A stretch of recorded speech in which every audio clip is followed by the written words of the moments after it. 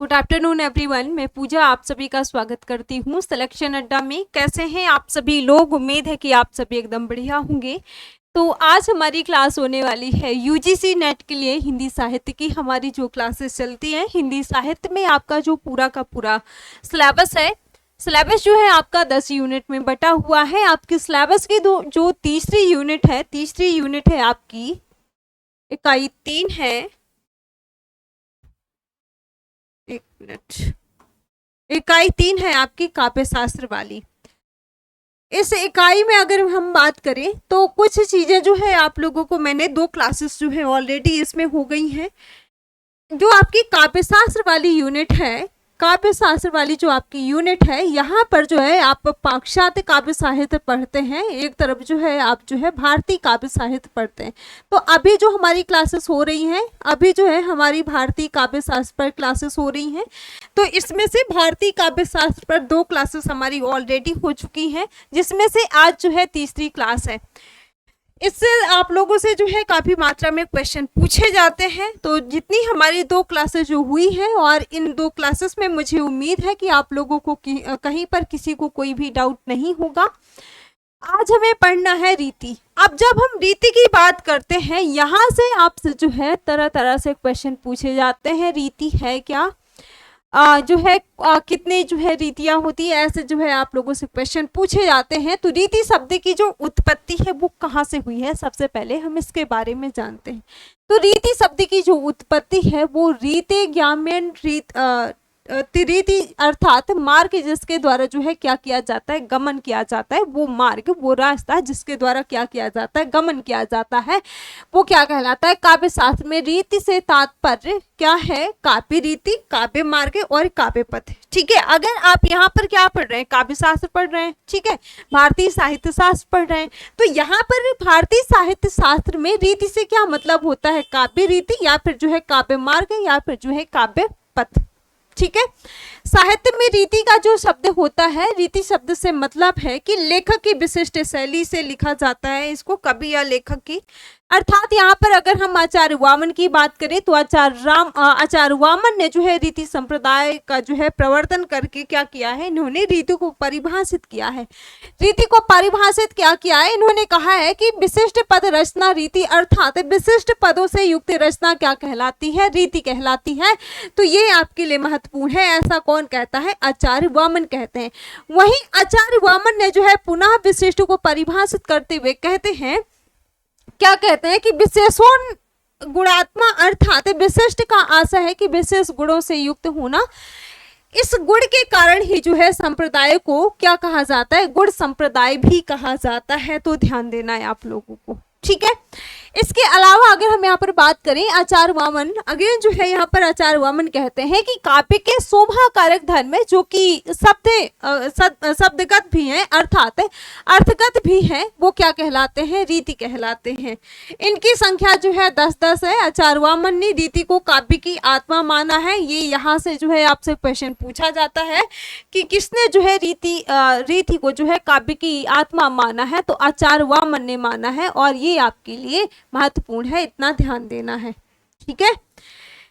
इसके अलावा अगर हम यहाँ पर बात करें, इसका स्पष्ट जो है कारण ये माना जाता है, यहाँ पर कारण है, ध्यान देना है। कारण ये है कि ये 10-10 जो रीति की संख्या बताई गई है ना, तो 10 शब्दगत और 10 जो है आपके ये अर्थगत हैं, ठीक है। गुणों से ये निर्मित होते हैं कि उनमें जो है काव्य के अधिकांश जो तत्व हैं वो किसी न किसी रूप में निहित होते हैं। वहीं आचार्य वामन ने जो है अर्थ गुणों को और जो है शब्द गुणों से जो है इन्होंने क्या माना है? श्रेष्ठ माना है। और दोनों की संख्या इन्होंने कितनी बताई है? 10-10 बताई है, ठीक है। अतः अर्थ गुणों के अंतर्गत जो है रस, अलंकार आदि सभी काव्य तत्व जो है समाहित हो जाते हैं। आचार्य वामन के अनुसार जो है यहाँ पर रीतियों की संख्या दी हुई है। आचार्य वामन ने जो है 3 रीतियां बताई हैं। कौन कौन सी? एक तो वैदर्भी रीति, और एक जो है गौड़ी रीति, और तीसरी जो है कौन सी? पंचाली रीति। यहाँ से आपसे क्वेश्चन पूछा जाता है, तो इतना आपको ध्यान देना है। आचार्य वामन ने रीति की संख्या कितनी बताई है? आपसे क्वेश्चन जो है ऐसे पूछा जा सकता है, ठीक है। तो ध्यान देना है, आचार्य वामन के अनुसार अनुसार जो रीति की संख्या है वो कितनी है, 3 है। ठीक है, इसके अलावा यहाँ पर बात करें, एक तरफ जो है रीति दी हुई है, एक तरफ जो है रस दिए हुए हैं, और एक तरफ जो है वृत्ति दी हुई है और गुण दिए हुए हैं। गुणों से अभी जो है क्वेश्चन पूछे जाते हैं आप लोगों से। तो रीति कौन कौन सी है? आचार्य वामन ने जो है कौन सा पहली है वैदर्भी रीति। वैदर्भी रीति में अगर हम रस की बात करें तो श्रृंगार रस है, करुण रस है और शांत रस है। जब मैं आप लोगों को हिंदी व्याकरण पढ़ाऊंगी, हिंदी व्याकरण में जो है आप लोगों को रस अलंकार वगैरह मैं आप लोगों को पढ़ाऊंगी, तो रस जो है आपका कौन कौन सा? श्रृंगार रस, ठीक है, करुण रस और शांत रस। इसके अलावा जो है वृत्ति की अगर हम बात करें तो उपनागरिक, और गुण इसमें कौन सा है? मधुर गुण है। ठीक है, दूसरा यहाँ पर गौड़ी रीति। गौड़ी रीति की अगर हम यहाँ पर बात करें तो इसमें से जो है कौन कौन से रस हैं? वीर रस, बीभत्स रस, भयानक रस और रौद्र रस। ये सभी रस मैं आप लोगों को आगे जो है हिंदी व्याकरण में पढ़ाने वाली हूँ। इसमें से वृत्ति की बात करें तो पौरुषावृत्ति है, और गुण कौन सा है? ओज गुण है। ठीक है, पंचाली रीति की बात करें तो पंचाली रीति में रस कौन कौन सा है? सभी रस। ठीक है, और इसके अलावा जो है वृत्ति में क्या है? कोमला है, और गुण कौन सा है? प्रसाद गुण है। तो यहाँ पर आपको ये ध्यान देना है। इसके बाद जो है आगे अगर हम बढ़ें, जो आपकी वैदर्भी रीति है, जो हमने आचार्य वामन के अनुसार 3 रीतियां हमने देखी। एक तो वैदर्भी रीति, और एक जो है हमने क्या देखा? पंचाली रीति, और एक जो है हमने क्या देखा? गौड़ी रीति। ठीक है, जो वैदर्भी रीति है, तो वैदर्भी रीति में जो है सभी गुण रहते हैं, 10 शब्द गुण प्लस जो है 10 अर्थ गुण रहते हैं। ठीक है, अथवा केवल यहाँ पर अगर हम बात करें केवल 10 शब्द गुण अथवा केवल जो है अर्थ गुण रहते हैं। गौड़ी रीति में जो है 2 गुण रहते हैं। 2 गुण कौन कौन से? यहाँ पर देखिए आपको वैदर्भी रीति की क्या बात करी गई है कि सभी गुण इसमें होते हैं। ठीक है, 10 जो है आपके शब्द गुण और 10 जो है आपके अर्थ गुण होते हैं। लेकिन वहीं अगर हम बात करते हैं जो दूसरी रीति है आचार्य वामन के अनुसार, इन्होंने दूसरी रीति कौन सी बताई? गौड़ी रीति। ठीक है, गौड़ी रीति में जो है 2 गुण रहते हैं। 2 गुण कौन कौन से? एक तो ओज गुण और एक जो है आपका कौन सा? कांति गुण। ये आपके लिए महत्वपूर्ण है, क्वेश्चन पूछा जा सकता है। तो जो वैदर्भी रीति है, वैदर्भी रीति में आपके 10-10 गुण, ठीक है, प्राय सभी गुण। और जो आपकी गौड़ी रीति है, गौड़ी रीति में ये आपका जो है महत्वपूर्ण है, और इसमें जो है कितने? 2 गुण। 2 गुण कौन कौन से? आपका ओज गुण और कांति गुण। ठीक है, अब वहीं पर अगर हम तीसरी आचार्य वामन के अनुसार जो तीसरी इन्होंने रीति बताई है, तीसरी कौन सी बताई है? पंचाली रीति। पंचाली रीति में भी जो है 2 गुण होते हैं, और 2 गुण कौन कौन से होते हैं? एक तो मधुर गुण होता है, और एक जो है आपका सकुमार गुण होता है। ठीक है, यहाँ पर ध्यान देना है। अब देखिए यहाँ पर हमने क्या देखा? यहाँ पर वही तो मैंने बताया, एक तरफ जो है यहाँ पर एक आपकी जो है रीतियां दी हुई थी, और एक तरफ जो है ये गुण दिए हुए थे। तो वैदर्भी रीति में अगर गुण आपसे पूछा जाता है तो कौन सा गुण है? मधुर गुण है। गौड़ी रीति में अगर गुण आपसे पूछा जाता है तो कौन सा गुण है? ओज गुण है। और अगर पंचाली रीति में गुण पूछा जाता है तो कौन सा गुण है? प्रसाद गुण है। ठीक है, अब यहाँ पर जैसे आपने देखा, तो ये जिस प्रकार जो है चित्र रेखाओं का समन्वय होता है, उसी प्रकार ये जो रीतियां हैं, रीतियां भी अपने अपने गुणों का सही समन्वय है। इसमें जो वैदर्भी रीति है, वैदर्भी रीति सबसे जो है श्रेष्ठ मानी जाती है। ये जो है सर्वश्रेष्ठ मानी जाती है, क्योंकि इसमें सभी गुण विद्यमान रहते हैं। हमने अभी तो देखा कि इसमें जो है 10 शब्द गुण और 10 जो है अर्थ गुण रहते हैं, यानी कि इसमें प्रायः सभी गुण विद्यमान रहते हैं। जो कौन सी आपकी जो वैदर्भी रीति होती है, तो इसी वजह से इसको क्या कहा जाता है? सर्वश्रेष्ठ रीति कहा जाता है। ठीक है, सबसे श्रेष्ठ कहा जाता है। इसके साथ साथ अगर हम यहाँ पर बात करें, समान प्रयोग के आधार पर जो है वैदर्भी को असमस्त यानी कि समास संहिता जो है क्या कहा जाता है। ठीक है, इसके अलावा जो है गौड़ी को क्या कहा जाता है? गौड़ी को जो है उद्भट पदा यानी कि समास बहुला, और पंचाली को जो है कोमल पदा कहा जाता है, जो कि अभी हमने पीछे देखा है। ठीक है, इसके बाद अगर हम यहाँ पर बात करें रीति निरूपक आचार्यों में आचार्य जो वामन है, तो आचार्य यहाँ पर जो है आचार्य वामन की जो है देन सर्वाधिक मानी जाती है, क्योंकि उन्होंने रीति के संबंध में सामग्री प्रस्तुत की है। कि सर्वाधिक है, तथा रीति को जो है काव्य की आत्मा इन्होंने बताया है। कौन? आचार्य वामन। वही अगर हम यहाँ पर बात करें आचार्य वामन से पूर्व जो है कौन? आचार्य भरत मुनि। तो आचार्य भरत मुनि जो है, आचार्य भरत मुनि भामह दांडी ने भी जो है रीति के विषय में इन्होंने सामग्री प्रस्तुत की है। और आचार्य भरत मुनि जो है अपने नाट्य शास्त्र में रीति के लिए जो है प्रकृति शब्द का प्रयोग किया है। अब ये आपके लिए महत्वपूर्ण है। आचार्य भरत मुनि ने जो है अपने नाट्य शास्त्र में रीति के लिए कौन से शब्द का प्रयोग किया है? आपसे यह क्वेश्चन पूछा जाए तो कौन से प्रकृति शब्द का प्रयोग किया है? और 4 जो है इन्होंने प्रवृत्तियों को भारतवर्ष में प्रचलित बताया है। कौन कौन सी? एक तो जो है अवंतिका, ठीक है, अवंती मालवा सिंधु सौराष्ट्र और अवासिस पश्चिम का जो क्षेत्र है। दूसरा इन्होंने क्या बताया? दक्षिणात्य, जो दक्षिण वाला क्षेत्र है, महाराष्ट्र विदर्भ और जो है आपका ठीक है पंचाली में जो आपका मध्य प्रदेश है, ठीक है, पंचाल, शूशन, मध्य देश और कश्मीर। इसके बाद जो है जो औद्री है, तो औद्री में जो है यहाँ पर आपका कागधी नहीं होगा बल्कि यहाँ पर मागधी होगा। तो अर्धमागधी क्षेत्र, मगध क्षेत्र, उड़ीसा, बंग क्षेत्र और कलिंग और मिथिला वाला जो क्षेत्र है, ठीक है। आप लोगों ने क्या पढ़ा था? जो आपकी सिलेबस की यूनिट फर्स्ट है, यूनिट फर्स्ट में जो है मैंने आप लोगों को बोलियां वगैरह पढ़ाई थी। बोलियां वगैरह आप लोगों ने वहां पर पढ़ा था। मैंने आपको ये भी बताया था कि कौन से क्षेत्र में कौन कौन सी बोली बोली जाती, कौन सी बोली का विकास जो है कौन से अपभ्रंश से हुआ है ना। तो यहाँ पर जो है ये वही अर्धमागधी क्षेत्र, मगध क्षेत्र और उड़ीसा, बंग क्षेत्र, कलिंग वाला जो क्षेत्र है वो किसके अंतर्गत? औद्री जो है मागधी के अंतर्गत आता है। इसके बाद अगर हम यहाँ पर बात करें, भामह ने रीतियों का उल्लेख किया है, क्योंकि उनका उल्लेख जो है रीति के अर्थ में ना करके काव्य भेद के अर्थ में इन्होंने किया है।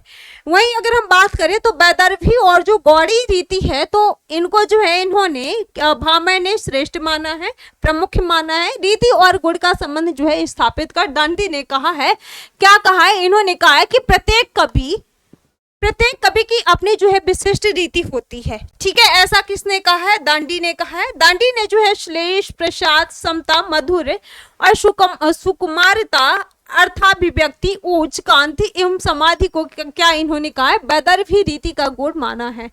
वहीं अगर हम यहाँ पर बात करें गौड़ी रीति में इन गुणों का अभाव बताया है। दांडी ने जो है अनुप्रास, अर्थालंकार, जो आप लोग अलंकार वगैरह पढ़ते हैं, गौड़ी मार्ग की विशेषता बता करके उसे क्या कहा है? इन्होंने पौरुष काव्य पद्धति के नाम से जो है इन्होंने संबोधित किया है। वहीं अगर हम यहाँ पर आचार्य रुद्रट की बात करें तो आचार्य रुद्रट ने जो है लाटा नामक चतुर्थ रीति उद्भावना का इन्होंने जो है क्या बताया है? कारक शात्या की जो है संख्या 4 कर दी है। जबकि आचार्य आनंद वर्धन की बात करें तो इन्होंने जो है रीति को संघटना यानी कि सम्यक घटना कहा है, ठीक है। आचार्य आनंद वर्धन संघटना को जो है संपूर्ण सौंदर्य का साधन मानते हैं।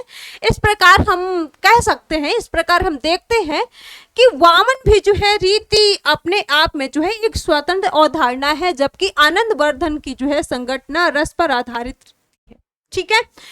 वहीं यहाँ पर एक आचार्य है राजशेखर। आचार्य राजशेखर ने जो है वचन विन्यास के क्रम को रीति कहा है, और यहाँ वचन का आशय जो है पद विन्यास क्रम का आशय है। रचना आचार्य कुंतक की अगर हम बात करें तो इन्होंने जो है रीति के लिए मार्ग शब्द का प्रयोग किया है। ये आपके लिए महत्वपूर्ण है। और इसके 3 इन्होंने जो है भेद बताए हैं। इसके 3 भेद इन्होंने कौन कौन से बताए हैं? एक तो सुकुमार मार्ग बताया, एक जो है विचित्र मार्ग बताया है, और तीसरा जो है कौन सा? मध्य मार्ग बताया है, ठीक है। ये महत्वपूर्ण है आपके लिए। इसके अलावा अगर हम यहाँ पर बात करें, आचार्य कुंतक ने जो है रीति विवेचन में जो है कवि स्वभाव को प्रधानता दी है। उनके अनुसार सुकुमार मार्ग में भाव एवं रस का जो है नैसर्गिक संबंध बना रहता है, जबकि जो विचित्र मार्ग है, विचित्र मार्ग में भाव पक्ष की अपेक्षा जो है कला पक्ष की अधिक महत्ता मिलती है। तो ये बात जो है इन्होंने आचार्य कुंतक ने बताई है। वहीं आचार्य मम्मट की बात करें तो इन्होंने जो है रीति को वृत्ति कहा है, ध्यान देना है। और साथ ही उन्होंने जो है 3 प्रकार की वृत्तियों का उल्लेख किया है। अब ये 3 प्रकार की वृत्तियां कौन कौन सी हैं? एक तो नगरिका वृत्ति जो है वैदर्भी रीति, और दूसरा जो है इन्होंने कौन सा परुषा वृत्ति गौड़ी रीति, और तीसरा इन्होंने कौन सा बताया है कोमला वृत्ति यानी कि पंचाली रीति। ठीक है, जो अभी पिछले हमने पीछे देखा। तो इन्होंने जो है आचार्य मम्मट ने 3 वृत्तियां जो है इन्होंने बताई हैं। इसके बाद अगर हम यहाँ पर बात करें, आचार्य मम्मट के अनुसार जो है वृत्ति नियत वर्ण व्यापार को कहा जाता है, और आचार्य घोष ने जो है गुण एवं समास को रीति के वर्गीकरण का आधार माना है, और 6 प्रकार की रीतियों का इन्होंने जो है उल्लेख किया है। ठीक है, तो यहाँ पर 6 प्रकार की रीतियां इन्होंने कौन कौन सी बताई हैं? एक तो वैदर्भी रीति इन्होंने बताई, दूसरी जो है गौड़ी रीति, और तीसरी जो है पंचाली रीति। इसके बाद जो है चौथी इन्होंने लाटी रीति बताई है, और 5वां जो है इन्होंने अवंतिका रीति बताई है, 6वीं जो है इन्होंने मागधी रीति बताई है। तो इन सभी के अनुसार आप लोगों को ध्यान देना है। ठीक है, वहीं अगर हम यहाँ पर बात करें, अग्नि पुराणकार ने जो है 4 प्रकार की रीतियां मानी हैं। अब 4 प्रकार की रीतियां कौन कौन सी? एक तो वैदर्भी रीति, एक जो है गौड़ी रीति, पंचाली रीति और लाटा रीति। वहीं अगर हम यहाँ पर बात करें, अग्नि पुराणकार ने जो है काव्य में गुणों को अलंकार से ही कहीं अधिक महत्व दिया है। इस प्रकार भारतीय काव्य शास्त्र में प्रमुख 3 रीतियां स्वीकार करी गई हैं। 3 रीतियां जो हमने अभी पीछे देख करके आए, कौन कौन सी? एक तो जो है आपका यहाँ पर मैंने आपको बताया वैदर्भी रीति, दूसरी मैंने आपको बताया गौड़ी रीति, और तीसरी मैंने आपको कौन सी बताई? पंचाली रीति। ठीक है, तो जिसमें से काव्य के अधिकांश तत्व किसी ना किसी रूप में मिलते हैं, वो 3 आपकी रीतियां हैं। इन तीनों रीतियों के बारे में आपको ध्यान देना है। इसके बाद अब यहाँ पर जो है जो रीतियां हम पढ़ रहे हैं, वैदर्भी रीति और गौड़ी रीति और पंचाली रीति, अब रीतियों की जो है पहचान कैसे कर सकते हैं? पहला है आपका वैदर्भी रीति। वैदर्भी रीति में यहाँ पर होता क्या है कि इसमें जो है मधुर गुण के व्यंजक वर्णों से जो है युक्त रचना वैदर्भी रीति कहलाती है। इसकी निम्नलिखित विशेषताएं हो सकती हैं। पहली विशेषता है कि इसमें सुकुमार वर्ण योजना रहती है। दूसरी विशेषता ये है कि कठोर वर्ग के वर्णों का प्रयोग इसमें नहीं होता है। ठीक है, तीसरी रीति यहाँ पर ये है कि इसमें श्रृंगार, करुण इत्यादि कोमल रस जो है इसमें समाहित जो है इसमें निहित रहते हैं। ठीक है, तो ये जो है आपके, इसके अलावा जो है चौथी यहाँ पर विशेषता ये है कि इसमें शब्द योजना समास रहित होती है। जैसे अगर हम यहाँ पर बात करें, एक उदाहरण दिया हुआ है, मधुर गुण के सभी उदाहरण जो है वैदर्भी रीति के उदाहरण माने जाते हैं। ठीक है, अगला यहाँ पर दूसरी है आपकी कौन सी? गौड़ी रीति। अब जब हम गौड़ी रीति की बात करते हैं, ये क्या है? तो ओज गुण के व्यंजक वर्णों से युक्त जो रचना है वो क्या कहलाती है? गौड़ी रीति कहलाती है। इसकी विशेषताएं यहाँ पर दी हुई है। जो आपकी गौड़ी रीति है, कोई भी आप शब्द लिखते हैं, ठीक है, तो इसमें टा वर्ग के वर्णों का प्रयोग होता है। इसीलिए आप लोगों ने जो है मैंने आप लोगों को क्या पढ़ाया था? वर्ण व्यवस्था पढ़ाई थी। ठीक है, हिंदी व्याकरण के अंतर्गत। तो कहीं ना कहीं ये चीजें आप लोगों ने पढ़ी। अब जैसे गौड़ी रीति में कहा गया है कि इसकी जो पहली विशेषता ये है कि इसमें टा वर्ग के जो है वर्णों का प्रयोग जो है ज्यादा किया जाता है। अब टा वर्ग कहने का मतलब ये है कि आप हिंदी व्याकरण में जो पढ़ते हैं, जो वर्गीय व्यंजन आप लोग पढ़ते हैं, जो आपके 25 वर्गीय व्यंजन होते हैं, 5-5 की संख्या में जो है 5 भागों में बटे होते हैं। तो इसके अंतर्गत जो है आपका जो टा वर्ग है, 5-5 जो मैंने आपको भाग बताए कौन कौन सा? एक तो का वर्ग, और एक जो है चा वर्ग, एक जो है टा वर्ग, एक जो है ता वर्ग और पा वर्ग। ठीक है, का से लेकर के पा वर्ग तक। तो ये जो आपका टा वर्ग है, टा वर्ग के अंतर्गत आपका क्या क्या आता है? टा, ठा, डा, ठा और आड़ा। ये जो है आपके टावर के अंतर्गत 5 आपके व्यंजन आते हैं। ठीक है, तो यहाँ पर क्या बताया गया है कि इसमें टावर के वर्णों का प्रयोग किया जाता है। किसमें? गौड़ी रीति में। इसकी भाषा जो है सामाजिक होती है। और तीसरा है यहाँ पर आपका कि रौद्र, वीर, भयानक इत्यादि कठोर रसों का प्रयोग जो है इसमें आपका गौड़ी रीति में किया जाता है। ठीक है, जैसे यहाँ पर उदाहरण के लिए अगर हम देखें तो ओज गुण के सभी उदाहरण जो है किसमें आ जाते हैं? गौड़ी रीति में जो है माने जाते हैं। ठीक है। तीसरा यहाँ पर आपकी तीसरी रीति कौन सी है? पंचाली रीति। पंचाली रीति में अगर हम बात करें तो इसमें मधुर एवं ओज गुण जो है व्यंजक वर्णों से भिन्न वर्णों के युक्त रचना जो है पंचाली रीति कहलाती है। आचार्य वामन ने जो है इसे कोमलावृत्ति नाम दिया है, जो कि अभी हमने देखा। जबकि गौड़ी रीति को जो है पारुषावृत्ति कहा है और इसकी जो है यहाँ पर विशेषताएं दी हुई हैं। पहली यहाँ पर विशेषता ये है कि जो आपकी पंचाली रीति होती है इसमें छोटे छोटे समासों वाली भाषा जो है रहती है। और दूसरी यहाँ पर ये है कि ये माध्यम जो है स्तर रीति जो है मानी जाती है, तो ये भी यहाँ पर आपको ध्यान देना है। एक उदाहरण इसमें से दिया हुआ है जो आपका प्रसाद गुण है। प्रसाद गुण के जो सभी उदाहरण है ना वो आपके किस में आते हैं? इसमें आपके जो है पंचाली रीति के अंतर्गत माने जाते हैं। ठीक है। इसके बाद जो है यहाँ पर अगर हम यहाँ बात करें, एक तरफ आपकी जो है रीतियां दी हुई हैं, लेखन और कौशल, और वृत्ति दिया हुआ है अभिनय और कौशल। यहाँ पर जो आचार्य राजशेखर हैं, तो आचार्य राजशेखर ने जो रीति वृत्ति और प्रवृत्ति में अंतर प्रस्तुत करते हुए इन्होंने जो है वचन विन्यास क्रम को क्या कहा है? रीति कहा है। ठीक है। और विलास विन्यास क्रम को जो है इन्होंने प्रवृत्ति कहा है और बेस विन्यास क्रम को जो है इन्होंने प्रवृत्ति कहा है। इनके लक्षण से ही जो है यहाँ पर पता चलता है कि जो रीति है, रीति का संबंध जो है श्रव्य एवं दृश्य दोनों काव्यों में होता है। इस बात से जो है यहाँ पर पता चलता है। ये कौन कहता है? आचार्य राजशेखर कहते हैं। ठीक है। यानी कि श्रव्य और दृश्य का मतलब ये है कि जो रीति होती है इससे जो है हम कोई भी चीज देख सकते हैं, सुन सकते हैं, यानी कि दोनों चीजें जो है इसमें हमें पता चलती हैं। दोनों काव्यों से जो है रीति का संबंध माना जाता है। ठीक है। इसके बाद जो है वृत्ति तथा प्रवृत्ति का प्रत्यक्ष एवं प्रमुख रूप से दृश्य काव्य के साथ और परोक्ष एवं गौण रूप से जो है श्रव्य काव्य के साथ जो है इस प्रकरण में केवल वृत्ति एवं प्रवृत्ति का ही जो है पाठ क्रमानुसार अध्ययन किया जाता है। यहाँ पर पहला है आपका वृत्ति। वृत्ति क्या होता है इसकी अगर हम यहाँ पर बात करें, काव्य शास्त्र में जो है 3 प्रकार की वृत्तियां होती हैं। 3 प्रकार की वृत्तियां कौन कौन सी? एक जो है आपका पारुषा वृत्ति, और एक जो है कोमला वृत्ति, और तीसरी जो है आपकी कौन सी? नागरिका वृत्ति। ठीक है। तो 3 वृत्तियां होती हैं मुख्य रूप से, ये आपको ध्यान देना है। जबकि अगर हम यहाँ पर बात करें नाट्य शास्त्र में, अब यहाँ पर हम क्या पढ़ रहे हैं? काव्य शास्त्र पढ़ रहे हैं, साहित्य शास्त्र पढ़ रहे हैं। तो काव्य शास्त्र में आपकी कौन कौन सी आपको जो है 3 वृत्तियां ध्यान देना है। वहीं अगर हम यहाँ पर नाट्य शास्त्र की अगर बात आ जाए ना, तो इसमें 4 प्रकार की वृत्तियां होती हैं। अब 4 प्रकार की वृत्तियां कौन कौन सी? एक तो आपकी जो है भारतीय शब्द प्रधान, करुण, अद्भुत, रस, पुरुषों द्वार, और इसके अलावा जो है आपका दूसरा है कौशिकी अर्थ प्रधान, श्रृंगार, हास्य। इसके अलावा जो है आर्भटी अर्थ प्रधान, विभत्स, भयानक, रौद्र, उद्भट प्रवृत्ति के लोगों द्वारा, और 7वीं अर्थ प्रधान, वीर, अद्भुत, रौद्र, युद्ध एवं शौर्य प्रवृत्ति के लोगों के द्वारा। ठीक है। तो ये आपकी कितनी 4 वृत्तियां होती हैं नाट्य शास्त्र में, ध्यान देना है।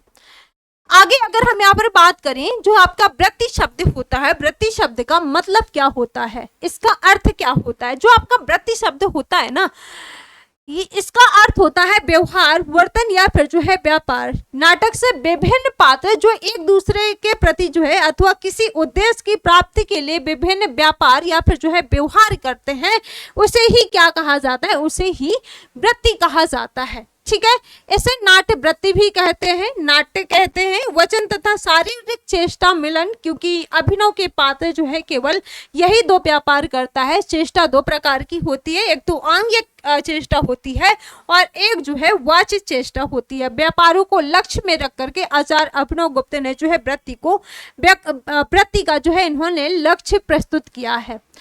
इन्होंने जो है क्या कहा है कि नाटक के पात्र जो है शरीर, वचन तथा मन की विचित्रता से युक्त जो है चेष्टाएं वृत्तियां कहलाती हैं, ऐसा जो है इन्होंने कहा है। तो आचार्य अभिनव गुप्त के अनुसार जो है वृत्ति अगर पूछा जाए वृत्ति होता क्या है, तो इसके बारे में आपको ध्यान देना है। ठीक है। इसके बाद जो है आचार्य राजशेखर क्या कहते हैं वृत्ति के बारे में? कहते हैं कि प्रस्तुत वृत्ति का लक्षण है विलास विन्यास क्रम।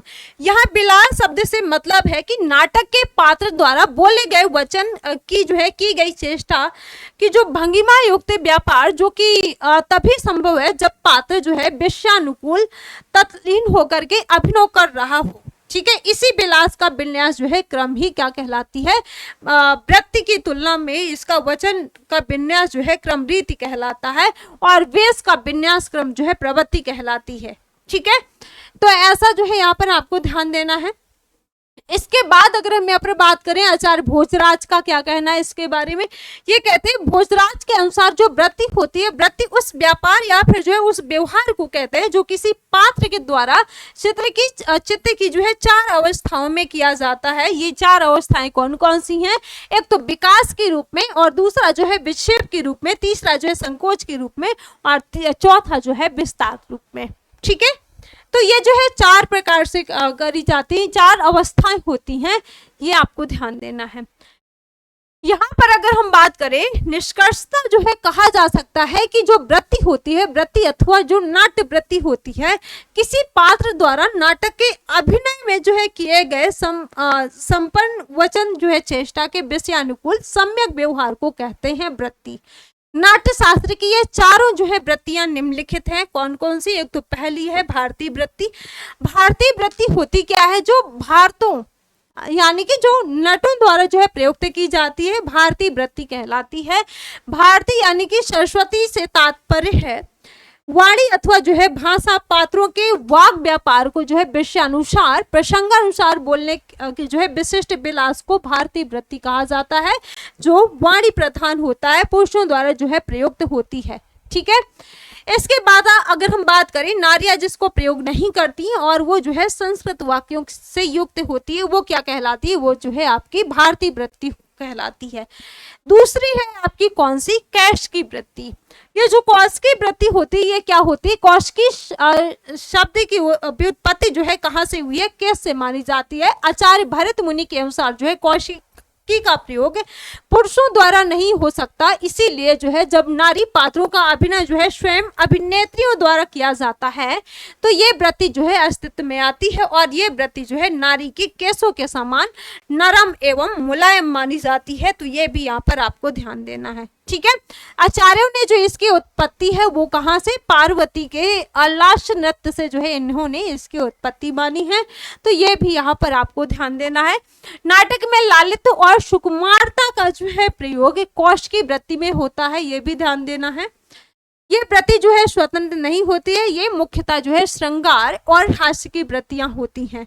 वहीं आचार्य धनंजय ने जो है कौशिकी जो वृत्ति है, कौशिकी वृत्ति वहां मानी है जहां गीत नृत्य विलास इत्यादि जो है श्रृंगारमयी चेष्टाओं के कारण मृदुता का वातावरण हो सकता है। ये जो वृत्तियां हैं इस वृत्ति के 4 अंग इन्होंने माने हैं। 4 अंग इन्होंने कौन कौन से माने हैं? एक तो इन्होंने नर्म, नर स्पंज और नर्म स्फोट, नर्म गर्भ और आर्यभट्टी वृत्ति। ये जो है यहाँ पर आपकी अगली वृत्ति है। ये 4 वृत्तियां आपको ध्यान देना है। ठीक है, आर्यभट्टी वृत्ति की अगर हम बात करें ये क्या होता है? तीसरी है आपकी आर्यभट्टी वृत्ति। आर्यभट्टी जो शब्द है इसकी उत्पत्ति कहाँ से हुई है? अर्थात उत्साही भट्टों यानी कि योद्धाओं से संबंधित रहने वाली वृत्ति क्या कहलाती है? आपकी आर्यभट्टी वृत्ति कहलाती है। यह वृत्ति होती क्या है? आचार्य भरत मुनि के अनुसार इन्होंने बताया है कि जो आर्यभट्टी है, आर्यभट्टी वृत्ति वहां मानी जाती है जहां प्रायः उत्साही भट्टों के गुणों का जो है वर्णन किया गया हो, वहां पर आपकी कौन सी? आर्यभट्टी वृत्ति होती है। ऐसा किसने? ऐसा जो है आचार्य भरत मुनि ने जो है बताया है। ठीक है, इसके बाद जो है यहाँ पर कपट, दम्भ, झूठ, फरेब के वचनों का प्रयोग जो है इसमें होता है। माया और इंद्रजाल से संबंधित कूदना, फांदना, लांगना इत्यादि वर्णित जो है इसमें किए जाते हैं अथवा दिखाए जाते हैं, तथा चमत्कार पूर्ण युद्धों का जो है वर्णन किया जाता है। साथ ही जो है वध, बंधन आदि जो है क्रोधपूर्ण चेष्टाएं जो है इसमें निरूपित रहती हैं। यहाँ पर अगर हम बात करें जो वृत्ति होती है ये उद्धृत वृत्ति कहलाती है। जैसे मैथिली शरण गुप्त द्वारा जो है रचित जो पंचवटी का अभिनय किया जाए तो शूर्पणखा के जो है चित्रण में यहाँ पर आर्यभट्टी वृत्ति दिखाई गई है। ठीक है, इसके अलावा अगर हम यहाँ पर बात करें, इस वृत्ति की स्थिति जो है भयानक, बीभत्स और रौद्र रसों में होती है। आचार्य शारदा तनय के अनुसार जो है आर्यभट्टीय वृत्ति रुद्र के तांडव नृत्य के साथ जो है संबंधित होती है तथा इसकी उत्पत्ति जो है अथर्ववेद से मानी जाती है। आप लोग वेद पढ़ते हैं ना, ठीक है, तो इसकी जो उत्पत्ति है कहाँ से मानी जाती है? अथर्ववेद से मानी जाती है, क्योंकि यही वेद जो है इसका क्या माना जाता है? इंद्रजाल, अभिचार, तंत्र मंत्र आदि जो है इत्यादि का स्रोत माना जाता है। ये वृत्ति जो है कायिक है। इसके 4 अंगे माने जाते हैं। 4 अंगे इसके कौन कौन से? एक तो संक्षिप्त का है, संफेट है और वस्तु यापन है, और तीसरा है जो है यहाँ पर आपका अप्रतिम। ठीक है, यहाँ पर जो आपकी चौथी वृत्ति है, चौथी आपकी सातवीं वृत्ति। सातवीं वृत्ति होती क्या है? शतु अर्थात मन से संबंध रखने वाली वृत्ति आपकी कौन सी कहलाती है? सातवीं वृत्ति कहलाती है। आचार्य अभिनव गुप्त ने जो है इसे नाम दिया है। आचार्य भरत मुनि के अनुसार इस वृत्ति की जो स्थिति है वो युद्ध तथा स्वर संपन्न में होती है, परंतु कारण न्याय संगत व्रतों से संबंधित होने चाहिए। इस वृत्ति की जो स्थिति है अद्भुत और रौद्र रसों में प्रधान रूप से मानी जाती है। ठीक है, इसके बाद जो है हम यहाँ पर बात करें, आपका अगला है अलंकार संप्रदाय। अलंकार संप्रदाय आपका क्या होता है? इसकी अगर हम बात करें तो लगभग जो है 10-12 शताब्दी पहले साहित्य शास्त्र में एक प्रश्न उठा था कि काव्य की आत्मा क्या है। यहाँ आत्मा शब्द का लाक्षणिक अर्थ लिया गया है, जिसका आशय यह है कि वह मूल तत्व या फिर जो है शक्ति क्या है जिसके मौजूद रहने से कोई रचना साहित्य की श्रेणी में रखी जा सकती है और जिसके अभाव में किसी रचना को साहित्य स्वीकार नहीं किया जा सकता। इसी को लेकर के जो है भारतीय काव्य शास्त्र में कई प्रकार के जो है विभिन्न काव्य संप्रदायों का जन्म होता है। अब ये जो है आपके संप्रदाय है, यहाँ से संप्रदायों से क्वेश्चन पूछा जाता है तो ध्यान देना है। रस संप्रदाय जो है एक तरफ आपके संप्रदाय दिए हुए हैं, एक तरफ जो है आपके संप्रदाय दिए हुए हैं और एक तरफ जो है यहाँ पर कवि दिए हुए यानी कि आचार्य दिए हुए हैं। तो रस संप्रदाय के प्रवर्तक कौन है? आचार्य भरत मुनि है। अलंकार संप्रदाय के जो प्रवर्तक हैं आचार्य भामह हैं। रीति संप्रदाय के जो प्रवर्तक हैं आचार्य वामन है। वक्रोक्ति संप्रदाय के जो प्रवर्तक है आचार्य कुंतक है। ध्वनि संप्रदाय के जो प्रवर्तक हैं वो कौन है? आपके आनंदवर्धन है। और औचित्य संप्रदाय के जो प्रवर्तक हैं आचार्य क्षेमेंद्र हैं। ठीक है, तो ये जो प्रवर्तकों के नाम है ना, ये आप लोगों को ध्यान देना है। आगे अगर हम यहाँ पर बात करें तो आत्मा से अभिप्राय जो है कार्य की आंतरिक काव्य तत्व से है। उन्हें बाह्य तत्व से जो है आत्मा के अभाव में शरीर निष्प्राण हो जाता है। उसी प्रकार जो है काव्य के मूल तत्व के अभाव में किसी रचना का जो है काव्यत्व ही नष्ट हो जाता है। इन संप्रदायों ने जो है अपने अपने मतानुसार कविता के विभिन्न तत्वों को जो है कविता की आत्मा इन्होंने स्वीकार किया है। ये यहाँ पर आपको ध्यान देना। इसके बाद अगर हम यहाँ पर आप बात करें और आपसे कहाँ से क्वेश्चन पूछे जाते हैं, बाकी इसकी जो पीडीएफ है आपको मिल जाएगी। अलंकारवादी जो है प्रमुख अलंकारवादी ये सिद्धांत अलंकारवादी आचार्यों के नाम दिए हुए हैं। एक तो आचार्य भामह, आचार्य दांडी, आचार्य जो है रुद्रट और आचार्य जो है जयदेव। ठीक है, तो ये नाम आप लोगों को ध्यान देना है। इसके अलावा जो है आचार्य उद्भट, आचार्य भोज, आचार्य विश्वनाथ, अप्पा दीक्षित और प्रति हरेंद्रराज और इसके अलावा जो है पंडित राज जगन्नाथ और केशवदास, ये सभी जो है अलंकारवादी आचार्यों के नाम हैं। इसके बाद जो है अलंकारों की संख्या की अगर हम यहाँ पर बात करें, एक तरफ जो है आचार्य दिए हुए हैं, यानी कि ये यहाँ पर बताया गया है कि किन्हों यानी कि कौन से आचार्य ने जो है अलंकारों की संख्या कितनी मानी है। ठीक है, तो एक तरफ अलंकारों की संख्या यहाँ पर जो है एक तरफ आचार्य दिए हुए हैं और अलंकारों की संख्या दी हुई है। किस आचार्य ने कितनी इसकी संख्या बताई है, इसकी अगर हम बात करें तो आचार्य भरत मुनि ने। ध्यान देना है, ये बहुत महत्वपूर्ण है आपके लिए। जब आप अलंकार पढ़ेंगे ना तो अलंकारों में से जो आप लोगों को देखिए, काव्य शास्त्र जब आप पढ़ते हैं ना तो यही तो यहाँ पर फायदा है। जब आप रस वगैरह पढ़ते हैं, रस वगैरह में जो है आप लोग कंफ्यूज रहते हैं कि किसने कितने जो है रस बताए हैं। ठीक है, इसी प्रकार जब आप लोग अलंकार पढ़ते हैं तो अलंकारों में जो है आप लोग देखते हैं कि किसने कितने जो है अलंकार बताए हैं। तो ये चीजें जो है यहाँ पर आप लोगों को ध्यान देना है। अगर यहाँ पर ध्यान दे लिया, जो आगे आप लोगों को टॉपिक में आप लोगों को पढ़ाने वाली हूँ हिंदी व्याकरण में, तो वहां पर आप लोग कंफ्यूज नहीं होंगे। देखिए यहाँ पर अगर हम बात करें आचार्य भरत मुनि की, भरत मुनि ने जो है 4 अलंकार बताए हैं। अब ये 4 अलंकार इन्होंने कौन कौन से बताए? एक तो उपमा अलंकार, रूपक अलंकार, दीपक अलंकार और यमक अलंकार। ठीक है। आचार्य भामह की अगर हम यहाँ पर बात करें, इन्होंने 38 अलंकार बताए हैं। 38 अलंकार कौन कौन से? 2 शब्दालंकार, अनुप्रास और यमक और अर्थालंकार। ठीक है। इसके बाद जो है यहाँ पर अब मतलब देखें शब्दालंकार दिया हुआ है। आपके जो अलंकार होते हैं ना, अलंकार जो है मुख्य रूप से आपके 2 होते हैं और 3 जो है आप लोगों ने अगर पढ़ा होगा, कौन कौन से? शब्दालंकार, अर्थालंकार और उभय अलंकार। ठीक है। तो ये जो तीनों हैं आपके अलंकार, एक बार मैं यहाँ पर लिख देती हूँ। अलंकार, अलंकार के जो आपके भेद होते हैं ना, वो कितने होते हैं? 3 भेद होते हैं। ठीक है। 3 भेद कौन कौन से होते हैं? मुख्य रूप से आपके 2 हैं। एक तो आपका शब्दालंकार, शब्दालंकार, दूसरा है आपका कौन सा? अर्थालंकार,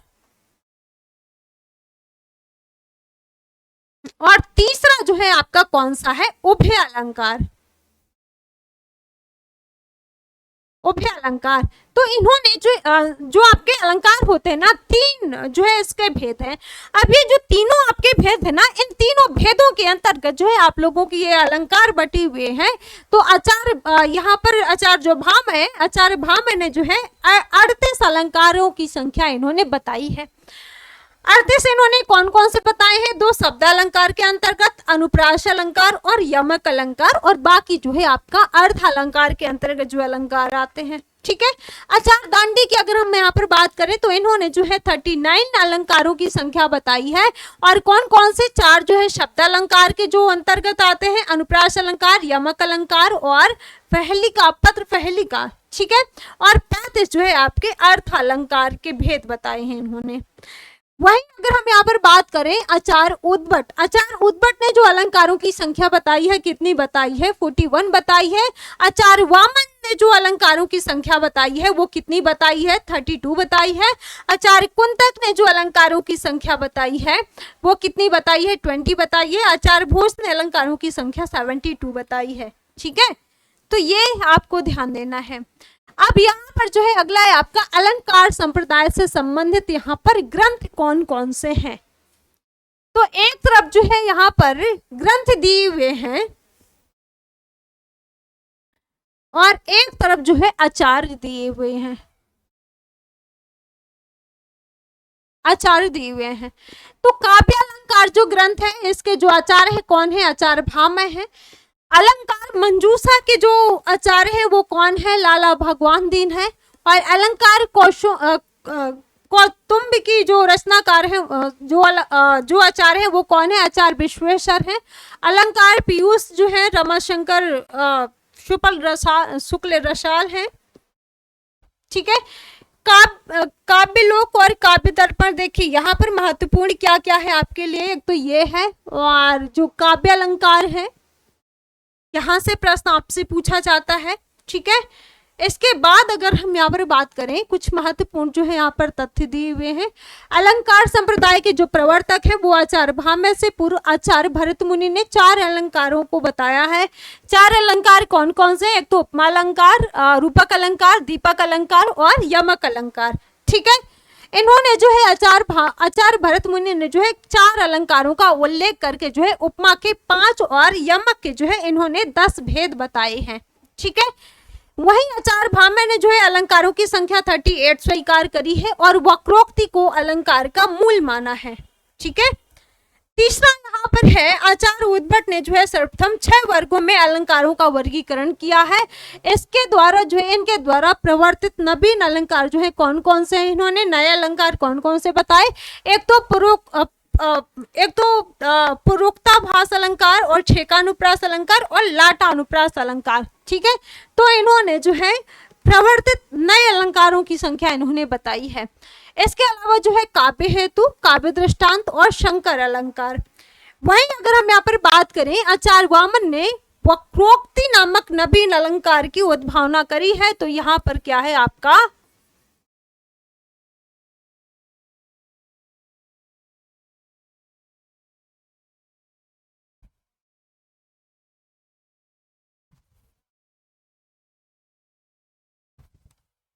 ठीक है। इसके बाद जो है आचार्य भोज ने प्रबंध अलंकार नामक जो है अलंकार की उद्भावना करके प्रबंध या फिर जो है नाटक को भी अलंकारों में स्वीकार किया है। छठवां आपका जो है आचार्य राज जगन्नाथ ने जो है तिरस्कार एवं सत्यान्वेष जो है नामक नवीन अलंकार की उद्भावना करी है। सातवां यहाँ पर आचार्य रुद्रट ने जो है अर्थ अलंकारों के 5 वर्ग इन्होंने बताए हैं। 5 वर्ग कौन कौन से बताए हैं, एक तो सादृश्य वर्ग, विरोध वर्ग, श्रृंखला वर्ग, न्याय मूलक वर्ग तथा गुणार्थ मूलक वर्ग और प्रतीक वर्ग। इन्होंने जो है 5 इन्होंने जो अलंकार है इन्होंने जो है 5 वर्ग के वर्ग बताए हैं, ठीक है। इसके बाद अगर हम यहाँ पर बात करें आचार्य रुद्रट ने जो है अलंकार के 4 वर्ग बताए हैं। कौन कौन से, वास्तव, औपम और अतिशय, श्लेष। जबकि आचार्य भोजराज की बात करें तो इन्होंने उपमा, रूपक और उत्प्रेक्षा उभय अलंकार की जो है कोटि में रखा है। तो ये जो है आपको ध्यान देना है अलंकार से संबंधित। इसके बाद यहाँ पर अगर हम यहाँ पर बात करें, अगला है आपका रीति संप्रदाय। रीति संप्रदाय ये होता क्या है, इसकी अगर हम यहाँ पर बात करें, रीति संप्रदाय के जो प्रवर्तक है आचार्य वामन को माना जाता है और इनका आचार्य वामन का जो समय है वो 8वीं शताब्दी माना जाता है, ठीक है। जो रीति है, रीति शब्द का प्रयोग जो है काव्य शास्त्र में किसने, वामन से पहले भी होता है, वामन से पहले रहा है, किंतु उसका व्यवस्थित जो स्वरूप है, व्यवस्थित जो रूप है वो विस्तृत व्याख्या सर्वप्रथम आचार्य वामन ने ही किया है। तो ऐसा जो है यहाँ पर आपको रीति संप्रदाय के बारे में ध्यान देना है। रीति शब्द की जो उत्पत्ति है वो कहाँ से हुई है, रीढ़ धातु में प्रत्यय के योग से हुई है। प्रत्यय उपसर्ग आप लोग पढ़ेंगे हिंदी व्याकरण में, प्रत्यय जो है किसी भी शब्द के बाद में लगते हैं, उपसर्ग जो है किसी भी शब्द के पहले लगते हैं। तो रीति शब्द की जो उत्पत्ति है वो रीढ़ धातु में प्रत्यय के प्रयोग, प्रत्यय के योग से हुई है, जिसका अर्थ होता है मार्ग, पथ, गति और शैली। आचार्य वामन ने जो है अपने ग्रंथ काव्य अलंकार सूत्रवृत्ति में, इनका जो है ग्रंथ है, इसमें जो है रीति को परिभाषित करते हुए कहा है, क्या कहा है कि विशिष्ट पद रचना रीति, अर्थात विशेष प्रकार की पद रचना को रीति कहते हैं। आगे वे जो है विशिष्ट को परिभाषित करते हुए कहते हैं, क्या कहते हैं कि विशेषो गुणात्मा, अर्थात ये विशिष्टता गुण से आती है और इस प्रकार कहा गया है कि काव्य में गुणात्मक पद रचना को ही जो है क्या कहते हैं, रीति कहते हैं। और गुणात्मकता से अभिप्राय जो है ओज, प्रसाद, मधुर गुणों से होती है। आगे चल करके जो है इन्होंने कहा है कि प्रसाद, ओज, मधुर गुण आदि गुणों से युक्त पद रचना जो है रीति कहलाती है। यही कारण है कि जो रीति संप्रदाय को गुण संप्रदाय भी कहा जाता है। और आचार्य वामन के अनुसार जो है जो आपके गुण संप्रदाय है, गुण संप्रदाय के 2 इन्होंने प्रकार बताए हैं। एक तो कौन कौन सा, एक जो है आपका शब्दगत और दूसरा जो है अर्थगत, ठीक है। इसके बाद जो है इसमें से जो प्रत्येक के अंतर्गत 10-10 गुण होते हैं, यानी कि 10 जो है शब्दगत के अंतर्गत और 10 जो है आपके अर्थगत के अंतर्गत। जो आपका आचार्य भोजराज, तो आचार्य भोजराज की जो गुण की संख्या है, गुण की संख्या को जो है स्वीकार न करके इन्होंने 24 गुण बताए हैं, जबकि आचार्य मम्मट ने गुणों की संख्या जो है सीमित करके 3-3 जो है करती है, ठीक है। इसमें से आपके कौन कौन से 3 जो है कौन कौन से गुण है, एक तो मधुर गुण है और दूसरा जो है ओज गुण है, तीसरा जो है प्रसाद गुण है, ठीक है।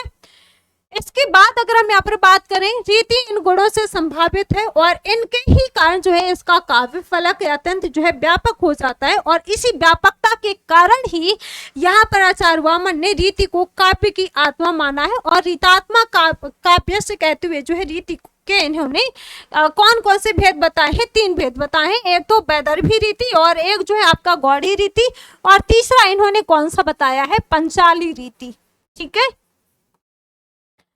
पंचाली रीति। तो इन्होंने जो है 3 रीतियां बताई हैं। वहीं अगर हम यहाँ पर बात करें, आचार्य वामन के अनुसार वैदर्भी रीति में सभी गुण रहते हैं, ठीक है, सभी गुण समाहित रहते हैं। जबकि जो आपकी गौड़ी रीति होती है, गौड़ी रीति में 2 गुण समाहित होते हैं, एक तो ओज गुण और एक जो है कांति गुण। तथा जो पंचाली रीति होती है, पंचाली रीति में भी 2 गुण होते हैं, कौन कौन सा, एक तो मधुर गुण और एक जो है सौकुमारी गुण, ठीक है। इन तीनों रीतियों के भीतर जो है काव्य इस प्रकार समाहित होता है कि जैसे जो है रेखाओं के भीतर चित्र, ठीक है। इसके बाद अगर हम यहाँ पर बात करें, कुछ रीति से संबंधित कुछ जो है महत्वपूर्ण जानकारियां दी हुई हैं, तो इनको आप लोग जो है देख सकते हैं। इसके बाद अगर हम यहाँ पर बात करें, अब जो है आपके आते हैं संप्रदाय। आपका जो वक्रोक्ति संप्रदाय है, वक्रोक्ति संप्रदाय जो है क्या होता है, वक्रोक्ति संप्रदाय के जो प्रवर्तक हैं आचार्य कुंतक को माना जाता है और ये जो है महत्वपूर्ण है, ठीक है। उन्होंने अपने ग्रंथ वक्रोक्ति जीवितम में जो है वक्रोक्ति को काव्य का अनिवार्य तत्व स्वीकार करते हुए उसे काव्य की आत्मा कहा है। तो यहां से इतना जरूर आप लोगों को ध्यान देना है, ठीक है, आचार्य कुंतक के बारे में। इसके बाद अगर हम यहाँ पर बात करें, आचार्य दंडी ने जो है इसे दो भागों में बांटा है। दो भाग इसके कौन कौन से हैं, स्वभावोक्ति और वक्रोक्ति। वहीं आचार्य वामन की अगर हम बात करें तो इन्होंने जो है एक दूसरे ही रूप में स्वीकार किया है कि उन्होंने वक्रोक्ति को अर्थालंकारों से विशेष प्रकार का अलंकार माना है और साथ ही साथ जो है कहा है कि वक्रोक्ति को सादृश्यात लक्षण वक्रोक्ति अर्थात सादृश्य पर आश्रित लक्षण यानी कि गौड़ी लक्षणा ही जो है इन्होंने बताया है। वक्रोक्ति आचार्य रुद्रट ने वक्रोक्ति को जो है अलंकार मान करके इसके दो भेद इन्होंने बताए हैं। दो भेद कौन कौन से, एक तो जो है काकू वक्रोक्ति और दूसरा जो इन्होंने बताया है श्लेष वक्रोक्ति, ठीक है। वहीं आचार्य कुंतक की अगर हम बात करें तो इन्होंने वक्रोक्ति के लिए काव्य में तीन बातों की आवश्यकता बताई है। तीन बातें कौन कौन सी होनी चाहिए, एक तो इसमें जो है होना चाहिए कवि कौशल और दूसरा जो है इसमें होना चाहिए चमत्कार और तीसरा जो है इसमें होना चाहिए उक्ति, ठीक है। वहीं अगर हम यहाँ पर बात करें, आचार्य कुंतक ने वक्रोक्ति के 6 भेद बताए हैं। अब 6 भेद कौन कौन से, एक तो वर्ण विन्यास वक्रोक्ति, दूसरा जो है पद पूर्वार्ध वक्रोक्ति, तीसरा है पद परार्ध वक्रोक्ति और चौथा है वाक्य वक्रता और पांचवा है प्रकरण वक्रता और छठवां जो है प्रबंध वक्रता, ठीक है। इसी के साथ साथ अगर हम यहाँ पर बात करें, वक्रोक्ति का सबसे पहले जो विवेचन करने वाले आचार्य हैं वो कौन है, आचार्य भामय है। इनके अनुसार वक्रोक्ति का मूल शब्द एवं अर्थ की वक्रता है। भामय ने अलंकार को काव्य का सर्वस्व मानते वक्रोक्ति को उसका प्राण स्वीकार किया है। यहाँ पर जो आचार्य भोज है, आचार्य भोज ने जो है व्यंग्य को 3 भागों में विभक्ति किया है। एक तो कौन कौन सा, एक तो वक्रोक्ति, दूसरा है रसोक्ति और तीसरा जो है आपका कौन सा, स्वभावोक्ति, ठीक है। तो ये आपको ध्यान देना है। इसके बाद जो है आपका यहाँ से जो औचित्य संप्रदाय है ये कल की क्लास में मैं आप लोगों को पढ़ाऊंगी। इतना आप लोगों को रिवीजन करके आना है, बाकी इसकी नोट्स आप लोगों को ग्रुप में मिल जाएगी। तो नोट्स के लिए आप लोगों को टेलीग्राम चैनल ज्वाइन कर लेना है, व्हाट्सएप ग्रुप आप लोगों को ज्वाइन कर लेना है, जिसकी लिंक आपको इसी वीडियो के नीचे डिस्क्रिप्शन बॉक्स में देखेंगे, वहां पर आपको जो है इसकी लिंक मिल जाएगी, ठीक है। तो चलिए फिर मिलते हैं आप सभी को अगली क्लास में। सभी को बाय बाय, थैंक यू।